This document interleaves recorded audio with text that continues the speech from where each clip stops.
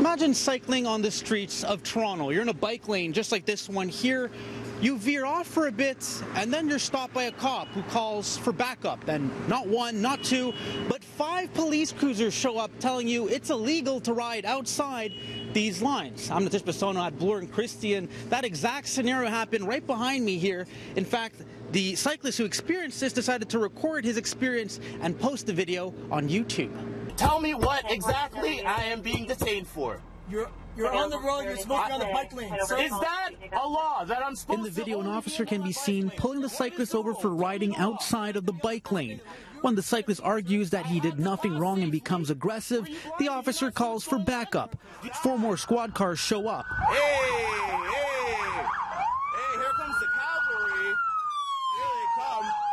The confrontation continues, ending only after the cyclist is handed a ticket for interfering with traffic. What's the ticket for? There's options on the back. Interfere with traffic.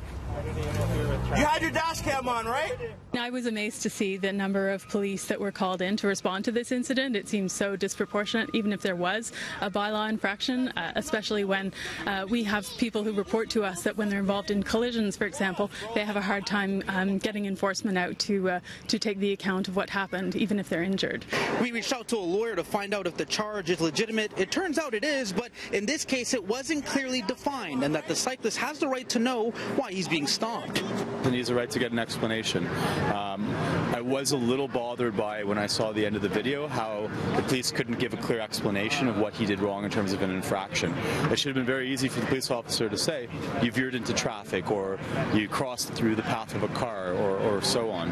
As for Toronto Police, they responded in the comment section on YouTube saying the officer acted in good faith. He made an error in the charge. His supervisor has reviewed the situation and the charge will be withdrawn. At Bloor and Christie, I'm Nitish Bissonauth, City News.